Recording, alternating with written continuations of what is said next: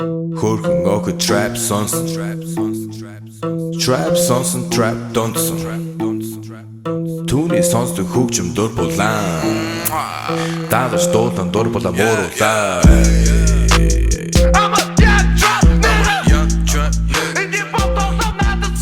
Hey, welcome to a brand new MMA Roasted Podcast. This is the second one this week. Also, if you want to hear more, go to Rockfin, ROKFIN.com/Adam Hunter, okay? Because I have another 3 or 4 this week, and one's from last week. This week we have Walt Harris calling in. I'm putting a ton of content, tons of comedy up there, and the reason I'm able to give you guys so many podcasts on this is because Rockfin is helping me out and taking care of me. So if you want to hear more podcasts and you enjoy this, it's $10. Just endorse me on that. You know, it's not one of these, some of these Patreons I see they're like getting $50 and $100 or whatever. It's just $10 and you get all of Ben Askren stuff. You get all of Nick Diaz's stuff. You get Chael Sonnen has exclusive stuff. There's actually a lot of really good wrestling technique videos. I know Izzy, Israel Martinez, yeah. He has all kinds of stuff up there.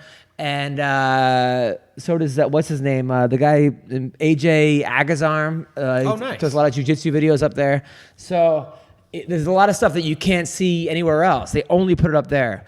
So if you're training and you want to learn some stuff and learn some, I know that I go on some of the stuff and learning some extra coaching. I know Askren puts a lot of wrestling technique videos up there. So check it out.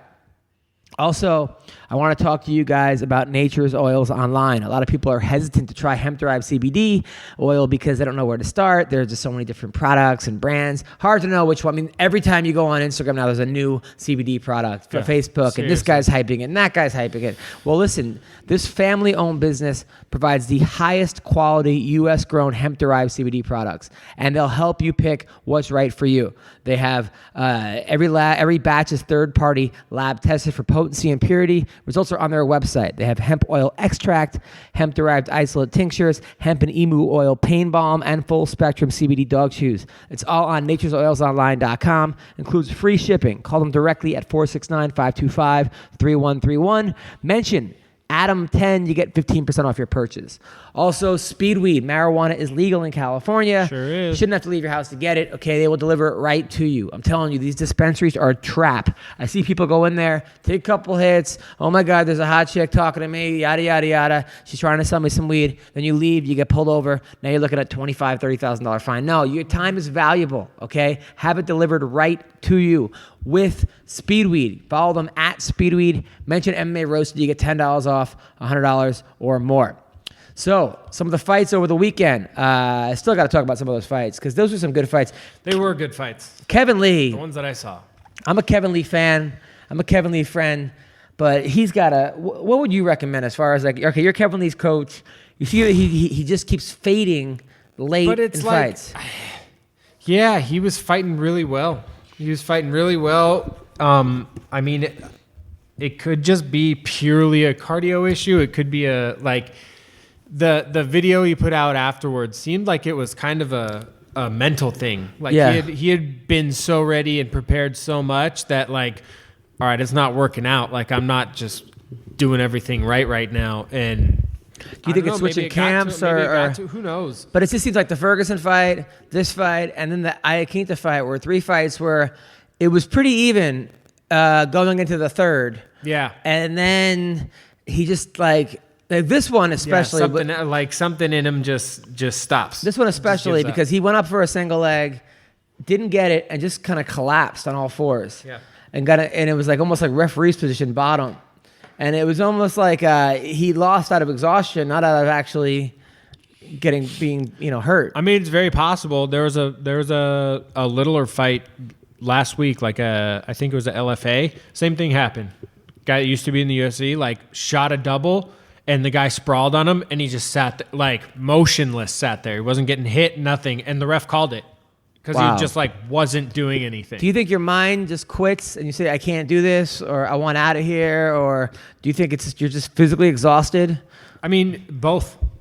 For Kevin Lee, I think it's probably more of a physical exhaustion because he seems like a pretty down to grind guy. Right. He doesn't seem like a quitter at all. I mean, and it doesn't look like he's quitting. It looks like he's doing the right things. They're just not on time and not as powerful as they should be. So. But if you're his coach, are you putting him through like, all right, circuit training now? Swimming laps, maybe running 10 miles at a time, something to get the cardio up? I'd say, he's super heavy, and this was at 72. Yeah. Like he moved up for this. I think that was a right move, but there is a thing where his body's used to training at 55 or fighting at 55. So when you add that extra 15 pounds, it could have just been his body like freaking out, like, what the fuck? We don't do this heavy. Like we're usually lighter when we do this. Like we have a kid that we coach, his parents, like a bigger kid, comes from a bigger family, and they hit me up on the email and said, we want you to train him 3 days a week, which I don't have the time to do that. So I forwarded it to you. What would you have this kid doing?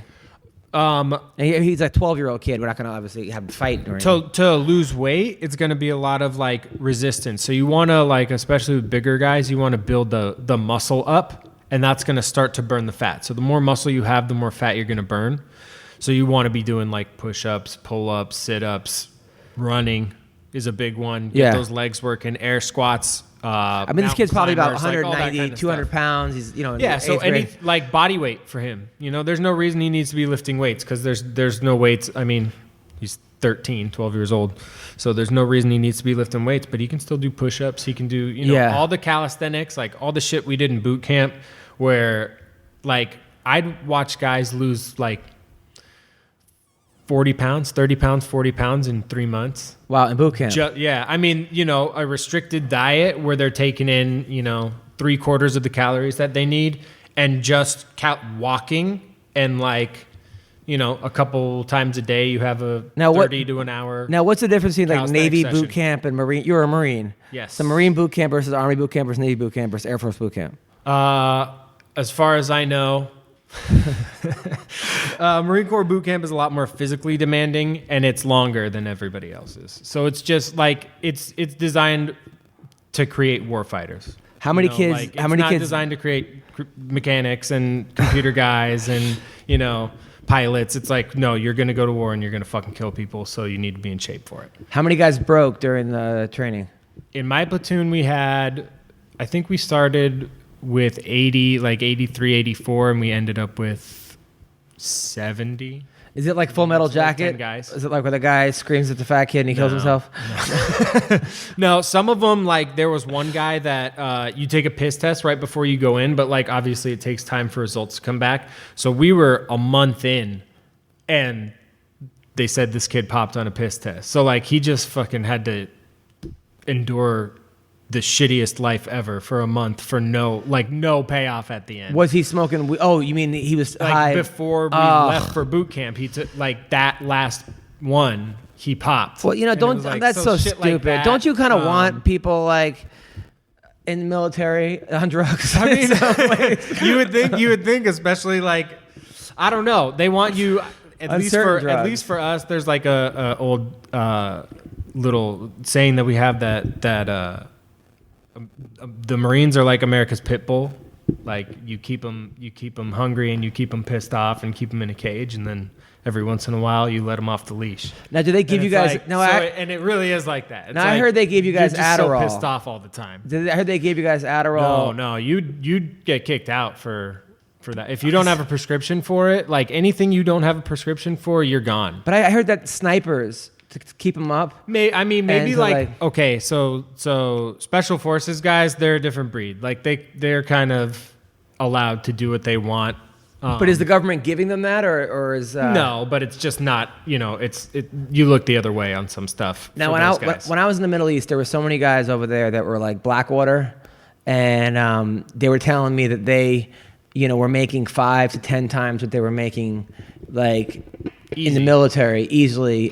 I mean, 20, 30,000 a month. Some of these guys were making to go because they knew all was to protect certain people or that people. How tempting was it for you to join that or versus not joining? Well, that? shit. I mean, if I had the credentials to do it, I would have been there in a heartbeat.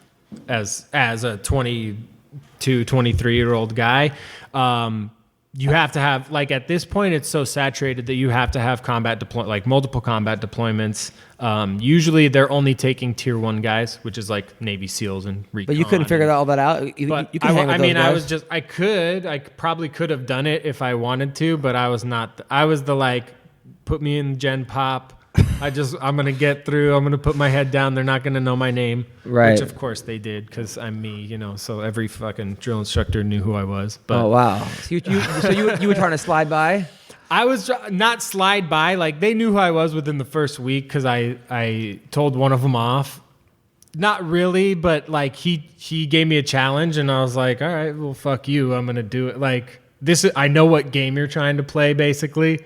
And I'm not going to play the game. And they were like, all right, we know who you are. Did I ever tell you when that guy punched me in the face in the military? No. I know, in the stomach. I never tell you that? No. Let me tell you his on like a USO tour? Yeah, I did. It was a USO tour, but it wasn't USO. It was like one of these, like, lower tier. AAA USO? And they put me with this guy who was like little bro, who was just this black guy from Texas who was just being an asshole to me. Like, I would say things like, oh, I don't think Eddie Murphy movies are as good as they used to be. It's just something very basic. Who the fuck are you? I was like, no, I just don't think that, like... Bowfinger, man. Yeah, that was good. So good. Beverly Hills Cop, or some of these other ones, Trading Places. Yeah, not even close. And they're talking about like Pluto Nash just came out or something. So it was, and he was like, we were arguing all the time, and it was when George Bush was president, and he was going up there going like, fuck George Bush, like, to the military, not doing his time. I'd have to cover for him. So we were in Bahrain, and it was a massage parlor. We go in there, and it's all like transgenders there. Right, so we walked out, but it's the only place they're allowed to be over there. But he like locked me in or something. So I was like, okay. Then I left. Then I was going back to Bahrain just to get away from this guy. And he's like, you're going back with the transgenders. I'm like, okay, fine, you got me. Ha, ha, ha. So then we were going up Djibouti, Africa. Oh yeah. And it was like they said that in our paperwork, our customs, we were all set, but don't give them money. Of course, they tried to like shake us down in customs. Of course. And he didn't have any money, so I took care of him, his money. The guy was I had enough, right? So then we were backstage before the show's like the next night, and we were drinking with the troops. And the guy, and I don't really drink that much. And he's like, man, this guy, Adams, he hooked up with the trannies and just saying all this stuff. Look, he's gay. Dude. I'm like, really? I'm gay? So I took his hat and like put it over his eyes. I'm like, what's up, bitch? What are you gonna do? So he lunges at me. I put him in like an overhook and underhook and just hip tossed him, lateral dropped him like nice. And I was like, who's gay now, bitch? And I like cocked back. And then the soldiers, there was like 30 of them, broke us up. Like, what are you doing? And I think I might have like destroyed some bottles or something. And then this Sergeant Haggerty took us in this bathroom. And he's like, "What's wrong with you guys? You guys need to find Jesus. This is you guys supposed to here to lift our spirits. And you're fighting." And he goes, "You know what? I'm gonna treat you like I treat my boys. I'm either gonna take your money or punch you in the stomach." So we're like, punch us in the stomach. We had no money. Yeah. So he punched us both in the stomach. And I kept thinking, like, how many wrong turns did I make to be in Djibouti, Africa, getting punched by Sergeant Haggerty? That's fucking hilarious. Did you ever get jumped by one of those? I wish. Like they were pretty strict on us. Like there was a couple times where we were allowed to resort to physical violence out in the field. Oh, really? But yeah, just like, all right, well, you two are just gonna fight it out. Like fucking do it like men, fight it out, and then it's done. Did you ever have to fight somebody? No, I didn't. I broke a couple up. Wow. I broke a couple up. I rear naked a kid. Like, this is before I even trained jiu-jitsu. I was just watching. I watched so much UFC before I went in that I like kind of understood it. And I ended up like tackling this kid, getting hooks and taking his back and like throwing a choke in. Oh my God. And one of our sergeants came up, he was like, "Where'd you learn that?" Fucking watching it on TV, dude. Like, that's how nice. That's how I am with the kids in the wrestling team who like know jiu-jitsu. I'm like, where did you learn that? Now, what did you, by the way, what time were the fights on when you were there?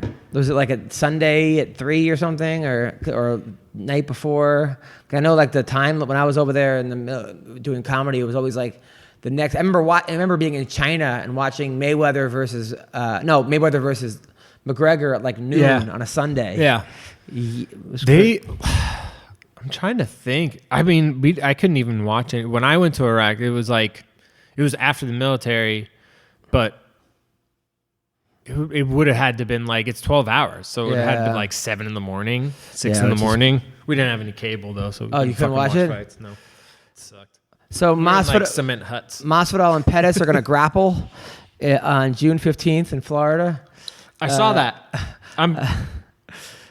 I'm surprised that the UFC lets them do. I mean, I guess it's just like they're training, so it's not like they're going to get hurt any more than who wins they this? would training. I don't really know much about Masvidal's grappling. He's not really known to be a grappler, right? Neither is Pettis, really. Yeah, Pettis is a black belt in jiu-jitsu. Yeah. And he has submission wins over some pretty good Benson Henderson. Who else? He had an armbar against somebody else too.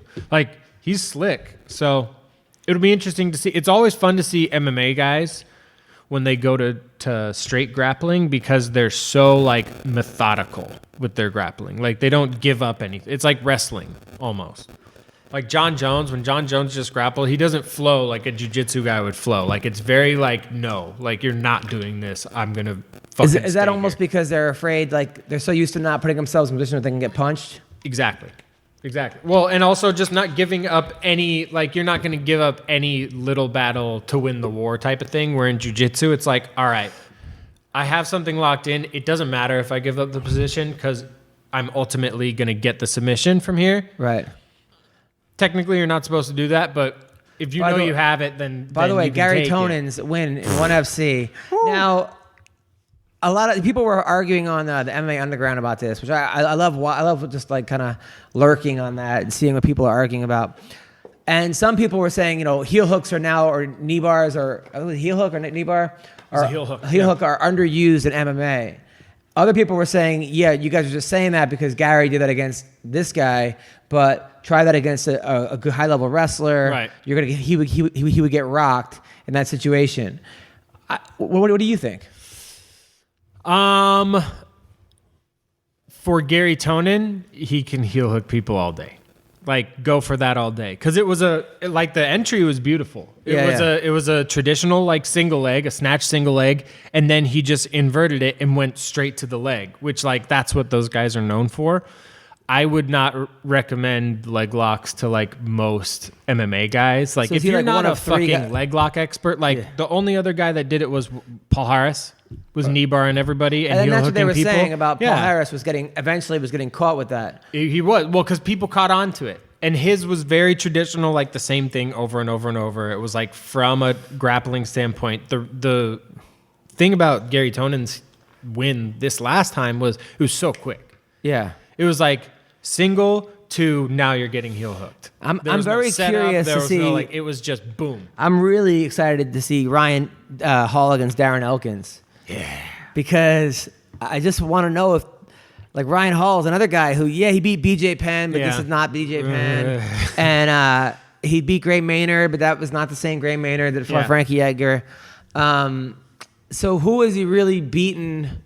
That's he beat Artem Lobov. Yeah, he hasn't really beaten. I mean, he hasn't really beaten anybody, but people are so scared to fight him. It's of course, and I'm not saying he Baba Yaga. I'm not saying he wouldn't beat so many of these great fighters, but I just want to see if this works. And Darren Elkins is a guy who was a 5-time state champion wrestler who could take a pounding. Yeah. I mean, but he can take. I mean, it's damage, But Darren Elkins is also a guy that gets himself in bad positions a lot. He does and grits it out. But who knows with that type of fighter? Because he gets in bad positions with strikers a lot, where he'll just let himself get beat up. Not so much letting people sit on top of him and pound away, So, at which Ryan Hall's not even going to do. He's going to be hunting submissions. Some people are saying they're worried for Ryan Hall's life in this one because, I mean, if it goes on the feet, I like Elkins all day. Yeah, all day. But I mean, I think he'll be fine because his self-defense is so good. Ryan Hall is ultimately concerned about keeping himself safe. If you watch how he fights, he's not fighting to I'm going to prove that I'm a badass. Dude. I'm going to beat this guy. No, it's I'm going to stay the fuck away from you and kick you with these little flip kicks. It's so frustrating.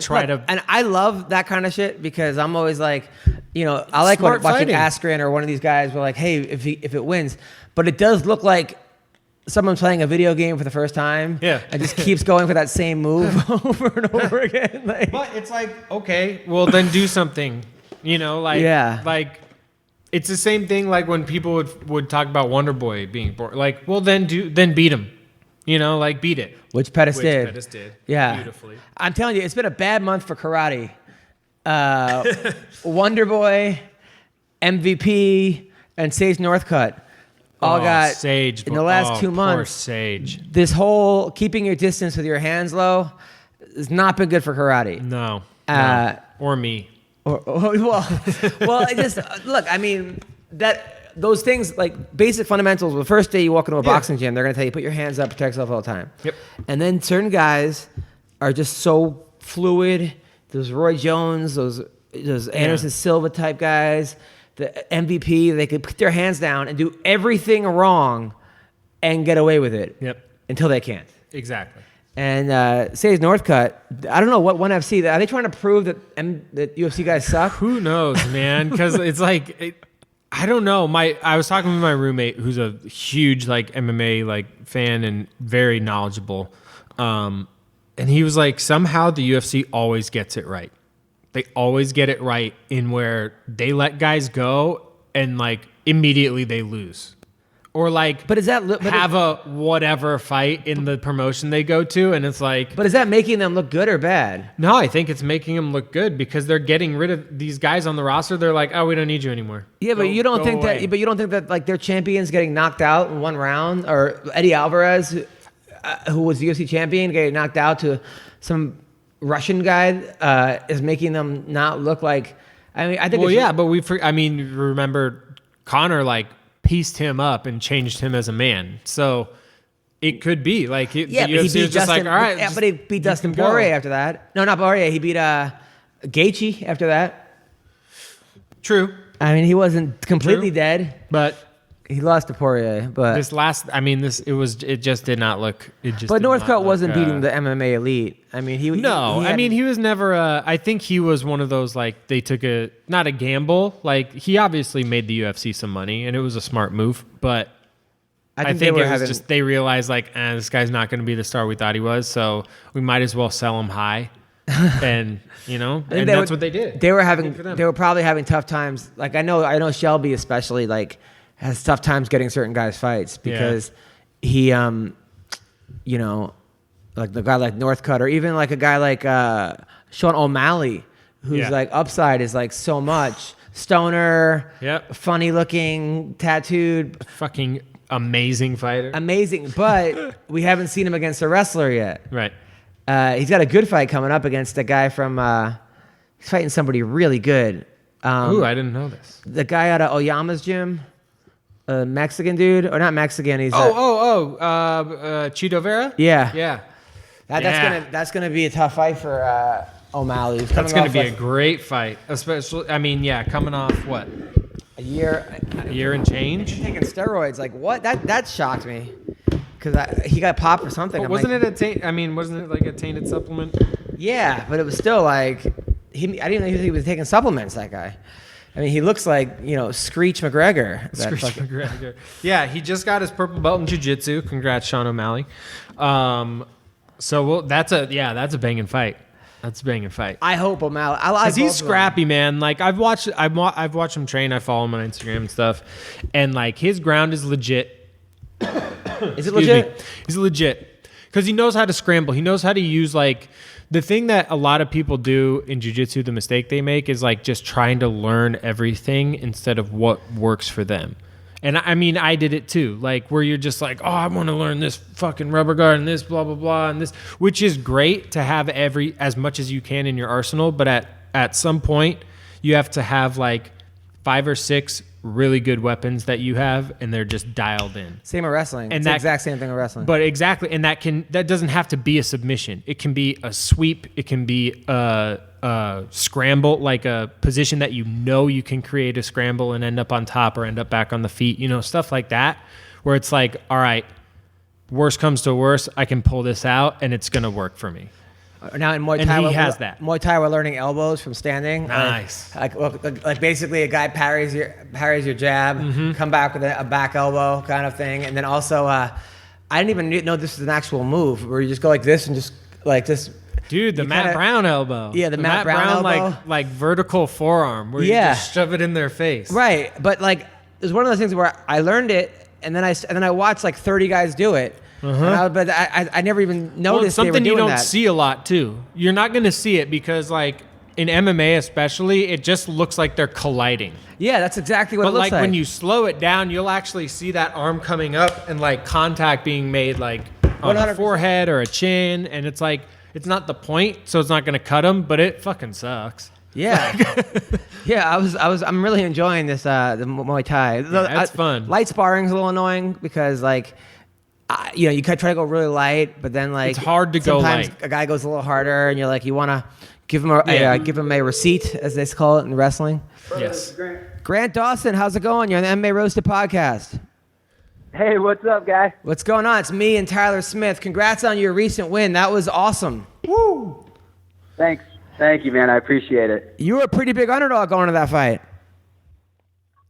What's that? You were a pretty big underdog going into that fight.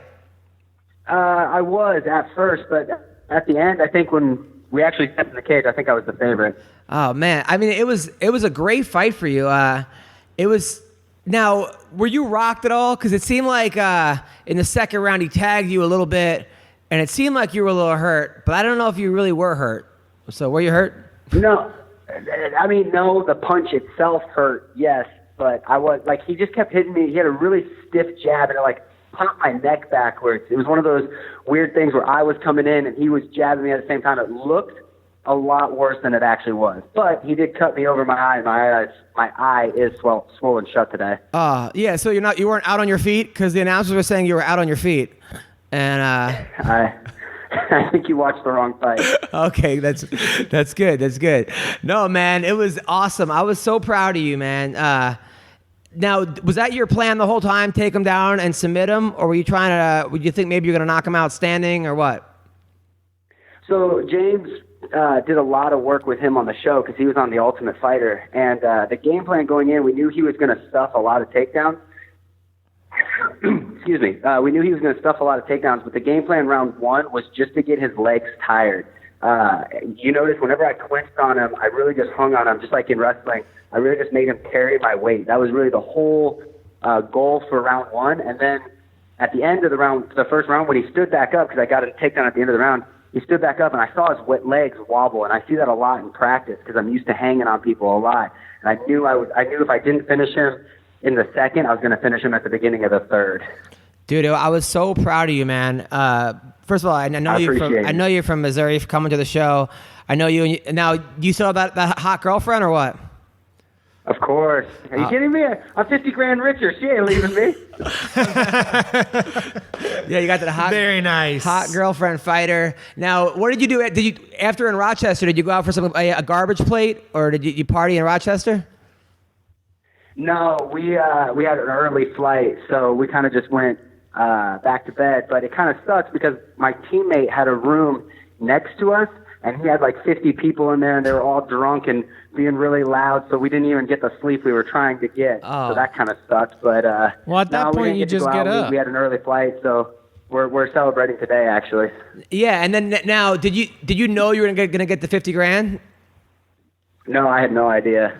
Even after the fight, because there were the first four fights were all finishes, and that's never happened before on an undercard where all four fights were finishes. So I didn't think there was any chance, especially a couple of the fights later I thought were really exciting. So I figured we'd have to catch the next one, but we got it, and I ain't complaining. No, and now with that money, are you gonna buy a mansion in Missouri? Yeah, I'm looking at buying a house. I really? I am, yeah. That's awesome. Yeah. Good for I mean, you. That's I've lived in fat down the payment. fighter house that we have for 5 years now, 5.5 years, and so I finally have the money, and I'm going to buy my own house. That's great. Awesome. So you're not sleeping with your parents anymore in like their bed? No, I don't live with my parents. Oh, that's awesome. Hey, congratulations, man. That's fucking awesome. I kind of live with James since he owns the house. It's kind of like I live with James. Oh, so my God. coach. Wait, so your trainer is also your landlord? Yep. Oh, my God. So he understands when you don't have rent, right? Fuck. I've never had late rent for that reason. Nice. Now, Smart man. Now, what are your thoughts? I know this might be a sensitive subject, but look, I'm a big Megan Anderson fan. I was a fan of her back when her first fight in Invicta. I've always been a fan of hers. What do you think went wrong? Man, I am for sure super biased since Megan is a very close friend of mine and my teammate, obviously. But and I don't care what anybody says. She is so much better than that girl. I think that Megan knocks that girl out 10 times out of 11. And I think that it was one of those, you know, she won't make excuses, but I will for her. Like, it was one of those, she just had an off night, and Felicia had the best night she's going to have, you know. Again, I'm biased. I train with both of them, but I think I'm a way better wrestler than Felicia, and I have trouble getting Megan down. So I think it was just one of those, got caught in a scramble and just couldn't put it together. Everybody, I say this all the time, everybody is allowed an off night, and if you happen to have an off night in a fight, it happens. And I think she just had an off night. Again, I'm biased, but No, I have an off night every other show, so I know exactly what you're saying. Do you think it could be one of those things where she was just like so confident that when one little thing went wrong, it's like, wait, like this isn't supposed to happen right now, like, and it just took like her out of the fight? No, I actually don't. I didn't tell her this, but in my own head, I thought that, you know, that was a very good fight for her and a very, you know, fight where she was going to walk through the girl. In my head, she was taking the fight like it was the toughest fight. Like, I mean, man, you should have seen her training regimen. Like, she's going with the best grapplers in our gym. She's going with me. She's going with these big, you know, these men, 55ers and 45ers that are really good grapplers to get ready for this. She took everything completely serious. She did not look over Felicia at all. Wow. You know, I'm telling you guys, I think it was one of those, it happens. It's one of those off nights. And that's okay. Like, you got to realize that she's fighting some of the best girls in the world. Like, you're going to have off nights. Like, that's okay. Like, her 3 fights in the UFC have been against all studs, you know, black belts, high-level strikers, high-level college wrestlers. All 3 of her fights have been against studs. So you're going to have off nights when you fight that kind of competition. Right. Well, I mean, the good news is now she's ranked down. Yeah, after that loss, she's now number 2 because there's only 3 girls in that division. Like this, I mean, she really didn't. Yeah. I mean, who is this? Her, Cyborg, and that girl. There's really no other 145 pounders in that division other than Kat Zingano. At least she has job security. Yeah, seriously. Yeah. I mean, they're not going to cut her. But they're talking about that other girl fighting Cyborg already, and I don't think that's a good idea. You know, It's never a good idea to fight Cyborg. But yeah. who else is there? I know. Now, were you able to, after your fight, go out and like watch the other fights? Yeah, they have a green room, so that you're actually not allowed to leave backstage and go out and see your like fans or anything like that. So they put us in this green room where they just have like pizza and ice cream and stuff, and they just have a giant TV and you just watch all the fights. So I got to see all of them, and then they have TVs in the locker room, so I saw every single fight. My goal is to one day not fight, but be in that green room. Yeah. Now pizza's only for the winners. That sounds amazing. Now we were talking about it's my favorite part. We're talking about Kevin Lee and how Kevin Lee is such a talented guy, and like he's one of those guys that like if you played him in a video game. And like 1 to 10 wrestling, 1 to 10 striking, 1 to 10 jiu-jitsu, he'd be like 8 to 10 in almost everything. But for some reason, he seems to fade in the third. Do you think it's a cardio thing or a mental thing or what?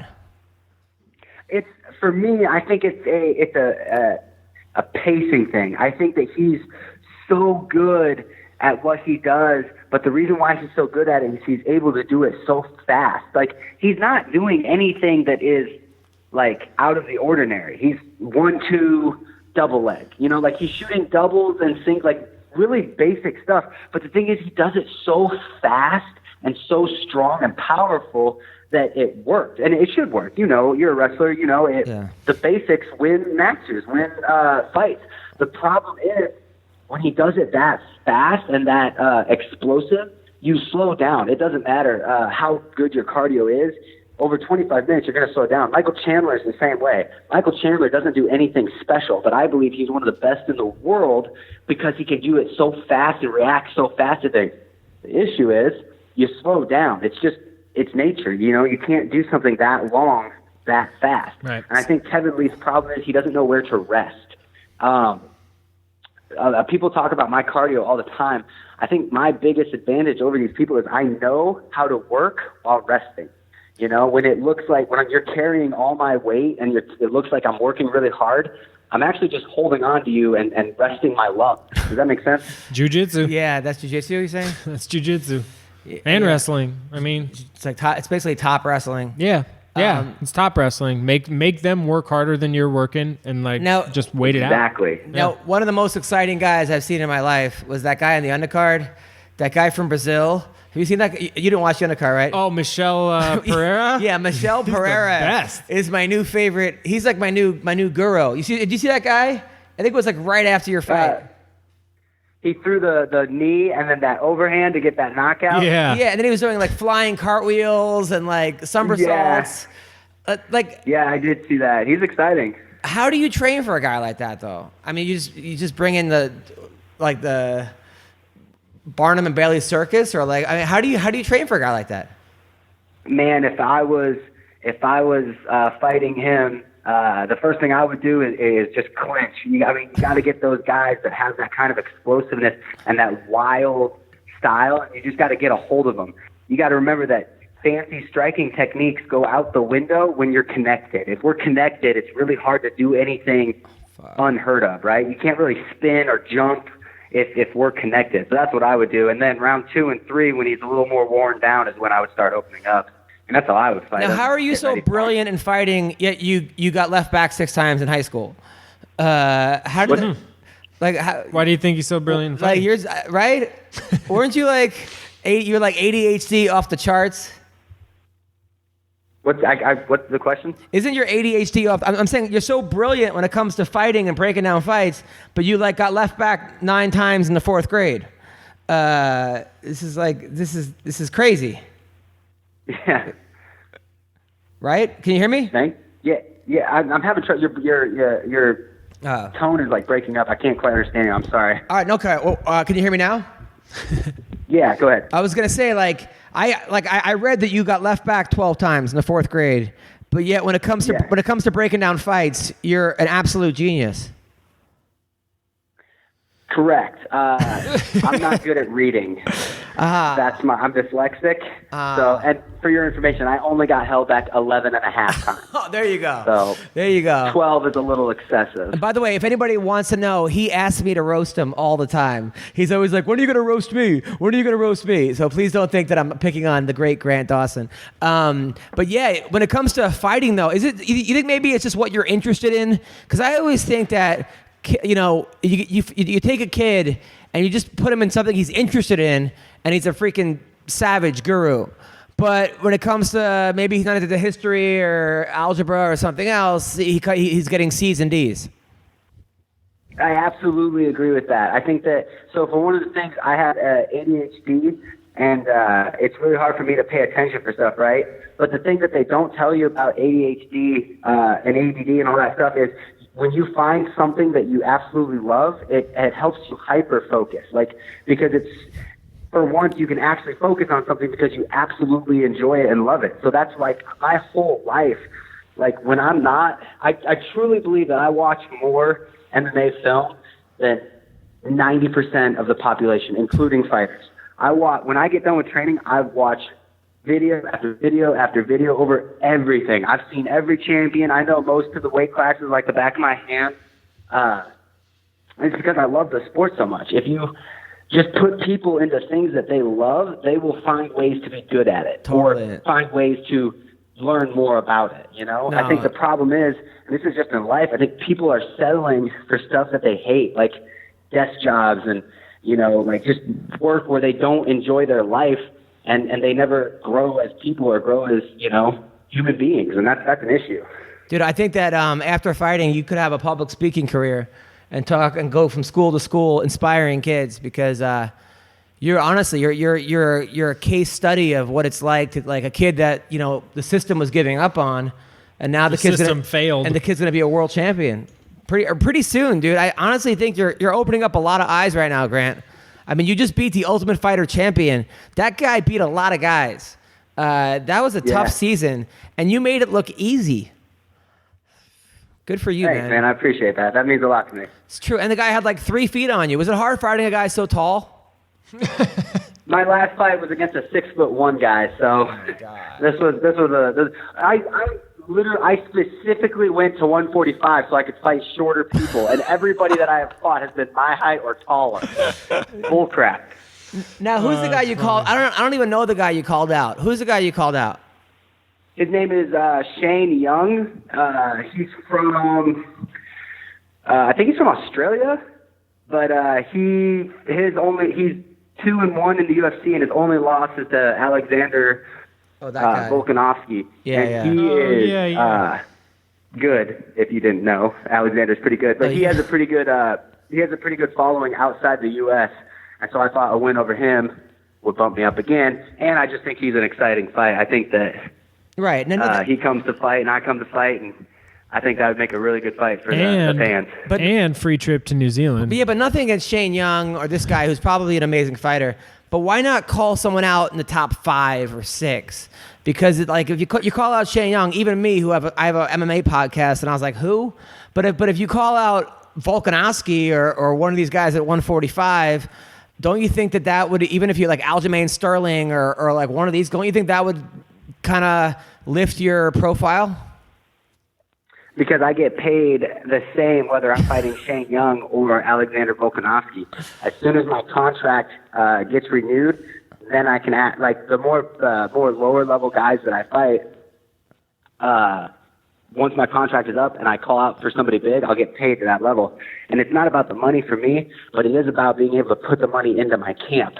If I fight, who like a top 15 guy, I want to bring in 7 training partners that are just like him and 7 guys that can, like the higher the fight, the harder the camp. The harder the camp, the more money you need. Does that make sense? It does. Again, it's not about the money for me, but it's about making my camp better. So you got to work your way up. Tyler's shaking his head, if I said that now, being 2-0 in the UFC, I'm pretty sure everybody would just laugh at me. Nah, I don't know. Tyler, what are your thoughts? I think that's brilliant, and like it's a layer that most people wouldn't even think of. But also, like, why not fight guys that you can beat, make your money, get paid, and then start calling out people, like make a name for yourself a little bit, and then call out a top 5 guy. I think it's fucking genius, dude. Now, what's up with that guy out of your camp who's a great fighter, but then he's always smoking pot or doing WWE wrestling. He's on the Ultimate Fighter, the season with Juliana Pena and those. What's his name? Anthony Gutierrez. Yeah. What's up with Gutierrez? I haven't heard from him in a while. He's just, I think he's on a 5-fight win streak right now. I think he's trying to get signed to a bigger promotion right now. But for a while, he was doing the pro wrestling stuff, and he just wanted to fight for fun. And then he started like racking up wins against, decent guys. And it's like, hey, maybe I could do this MMA thing again. But, he was doing, he loves the pro wrestling stuff, man. And I went to, one of his pro wrestling matches, and they were beating the crap out of each other. Like, he got thrown out of the ring and landed on concrete on his face. And I was like, this is stupid. And I fight for a living. No, the Gutierrez, I've always liked him. I think he has unlimited potential. I'm happy taking it seriously because he's a guy that like probably be like, whoa, man, if that guy got it together, he could be champion or something. He's one of those guys that, like, if you just, Bro, I'm telling you, he is good. He's way better than he thinks he is. If he like would realize how good he is for the level of training that he does, and realize like, hey, if I went balls to the wall all out like I used to, he would be so much like. His potential is endless, I think. Yeah. And he is my friend, and I like him a lot, so maybe I'm a little biased, but his potential is endless. I just wish he could see that, He's so funny, too. I asked him if he ever hooked up with Megan Anderson. He goes, no, man, that's one tall tree to climb. That's a tall glass of water, right? Yeah. And then Megan heard it and started laughing like this fucking idiot. That is so. He's not wrong. No, she is super tall. I could honestly, she would intimidate the hell out of me. But like, you know what? I would think that most guys she would. So I would be like, fuck it. I would be like not. I'd be like, Yeah. Balls to the walls. Dude. Yeah. Shoot your shot. Yeah, exactly. Let's do it. So when's your girl? Now is your girl fighting anytime soon? She's coming off an ACL injury, and she actually just started training again last week. So she's not cleared to spar yet. Dude, once she gets cleared to spar, she'll fight. But I do think she'll fight at least once this year. Dude, I met this girl at the comedy show, right? She's this little nerdy girl with glasses that you're like, she's like, hi, I'm a fighter. Yeah. And I'm like, oh, whatever. I go on her Instagram. She's got a fucking 8-pack. She's all sexy, like ass cheeks for days. I'm like, Jeez. What the hell? This is like one of the. I felt like I was in one of those Marvel comics, like Jessica Jones or something. Yeah. Like, this is crazy. Captain Marvel. Yeah, she's jacked out of her mind. Yeah, right. And you would never know it. Like you look like a librarian. And then next, I'm like, this is crazy. She told me because that night you said you were like, you look like you're 12. What are you doing here? And I didn't mention that she was a fighter at that time. And we were walking back to the car, and she was like, you could have told him that I fight too. And I was like, sorry, my bad. She's adorable. She's a little. I mean, she's jacked. She's like lifting up cars on anything. Like, I'm just like, what is? This is crazy. Dude, sometimes it's those compact. I used to date a gymnast, and like that compact, like muscle, it's weird. Like it's freakishly strong because you don't expect it out of the tiny frame, but it's like, holy shit, like you can actually and you can move. They've been together for like 5 years, and he's had like 37 odd jobs, like valet parking and doing this and that and teacher and working at an old folks home, right? You're right when you worked at an old folks home at one point? Yeah, it was my last job. I was I washed dishes and fed people in the nursing home. Yeah, nice. And then the fact that like you are where you are, man. Grant Dawson, American hero. Yeah, he's I'm 100% impressed by you, man. So keep up the good work. Have a great week. Buy that house, and thanks for coming on the show, brother. Thanks for having me. You know I love being on the show. Make fun of me more on social media, please. I will. I promise. I promise. Take care, Grant. I know it's pretty hard to make fun of somebody so perfect. Of course. Of course. Take care, brother. Take it as a challenge. I will. I promise. All right. Thanks, Adam. Take care. That was Grant Dawson. Smart kid, huh? Smart. Real fucking smart. Especially when it comes to fighting. But like even that that contract thing is like something you would actually have to sit and think about. Like yeah, obviously the first thing in your head would be like, all right, call out somebody big, let's get a big fight. That's but what he's I would like, do. no, fuck that. Like, if I'm going to be fighting a big guy, I'm going to be getting paid for it. Like, I'm not going to fight. He's probably, what is he getting on a normal fight? 15? Like 15 and 15? Yeah. Why are you going to fight? Why are you going to fight him for 15 when you can fight him for 50 in a year? But then you there's know? like, if I lose to an unknown guy versus if I lose to a top 3 guy. True, there's that. I always say for the new guys coming in, like if you're already in or if you get that call up is where the money is. That's when the UFC treats you right. When it's a stepping up at the last minute to one of those guys that's ranked way higher than you, win or lose, you're getting another 3 fights. Now, is he on a looking for a fight contract? Did they give him like Ultimate Fighter contracts? I know he was looking for a fight guy. Or a Dana White contender guy. No, I think the contender. I think it's just a regular contract, but it's going to be the same. Like it's going to be lower than like probably let's say if you just like fought your way into it. The you know what I mean? Will be lower, you think? I think so. Maybe it'll be more because they're making money off the show, so it's probably going to be a little more media following when you come in. So it's probably a little more actually. It's crazy. I mean, I like the contender. But it's still not. Yeah, I mean, it's still not like even compared to boxing, it's not. It's nothing. Like $15,000 for a fight, and then another 15 if you win. No, the guy who got knocked out by Wilder probably got $1 million on Saturday. Exactly. Exactly, and got dead. Did you watch that fight? Man, that was like it was like. It was even I worse. can't even think of words. It was even worse when they tried to interview him afterwards. I don't know why they do that. And the guy was like, I'm going home. Yeah, I don't know why why interview the guy that just got his fucking brains rattled in one round. You know? Yeah. Flatline. Yeah. They did. It was weird though, because he said go. It wasn't a cheap shot like a Mayweather thing, but it was a really fast punch off the break. It was totally legit. I mean, yeah, but he set it up to like he threw a jab and then like that was plenty of time. It's crazy. And though. the guy's hands were wide, like his face was just sitting there. Yeah, it was bad. You know, it was bad. It was bad. Well, I mean, you know, Deontay he's a fucking murderer. So I watched it with my friend though, and Dante, he was like wearing all that costume stuff, and then my friend was like, "What is this WWE?" And then when he took it off, he's like, "He's way scarier like, without the costume." Like the costume. Dude, he is, man. He's fucking 6'10", shredded, like 240 pounds. But look, he is obviously really good. Woo. But his technique, he shows a lot of holes in his game. Like I wonder how he would do against Vladimir Klitschko in his prime. I don't know.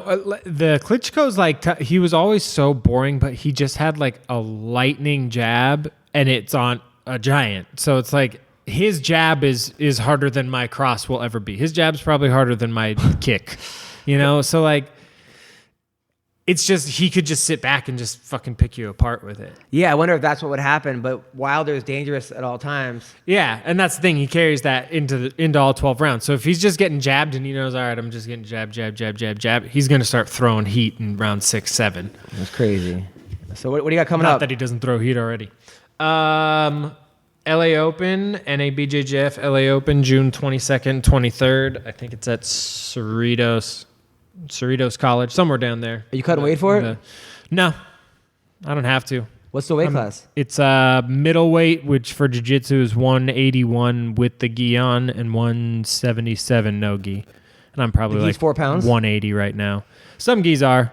I think they just, mine's like 4 pounds. You can buy them down to like 2 pounds, but it's fucking, $200 and you get 2 pounds off your gi. Like, just fucking work harder, man. Do guys cut weight for these tournaments? Yeah. Oh, yeah.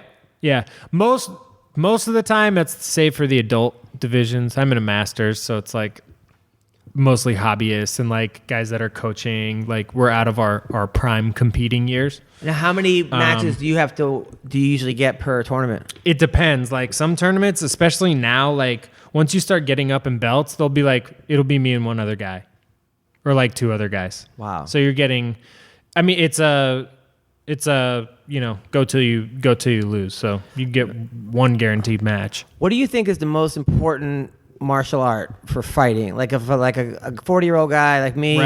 Wrestling?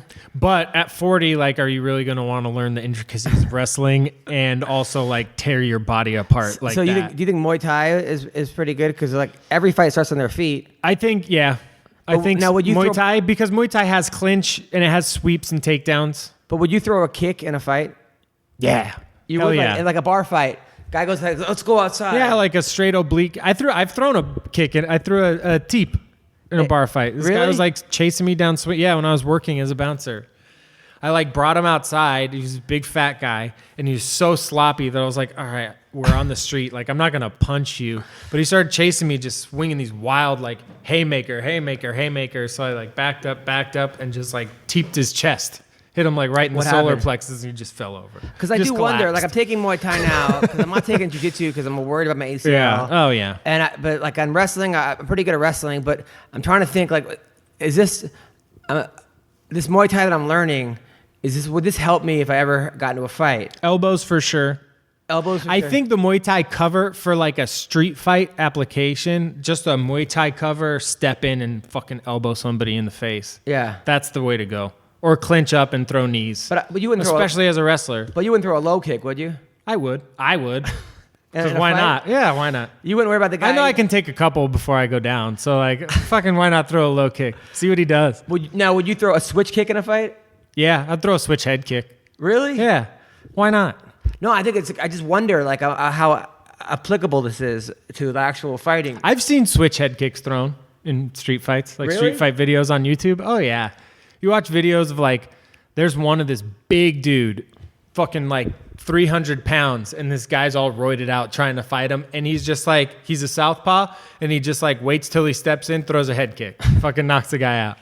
Because like jiu-jitsu, like some of the stuff we were learning obviously is very applicable for a fight, but then you'd like, all right, we're going to start in spider guard. And I'm like, how often? Unless it's like a scramble on the ground. And it's winter. And the guy's wearing a fucking jacket. Yeah, right. So I'm like, well, this maybe. But I think in Muay Thai, I'm like, I think I would do a lot of this stuff. Obviously, for sure. wouldn't Just throw a 1-2 right down the pipe. Like, I wouldn't throw a spinning wheel kick in a fight, probably. no. Well, most people, and also this is the We're not thing. really So learning you those. always forget, like, because you start training, like, most people that you're going to get into a street fight with are Which I'm not not, by guys the way, that but are yeah. not guys that train. Yeah. Like, if they're being aggressive and want to fight, most likely 9 times out of 10, they have no idea what the fuck they're doing and they're trying to be big and tough.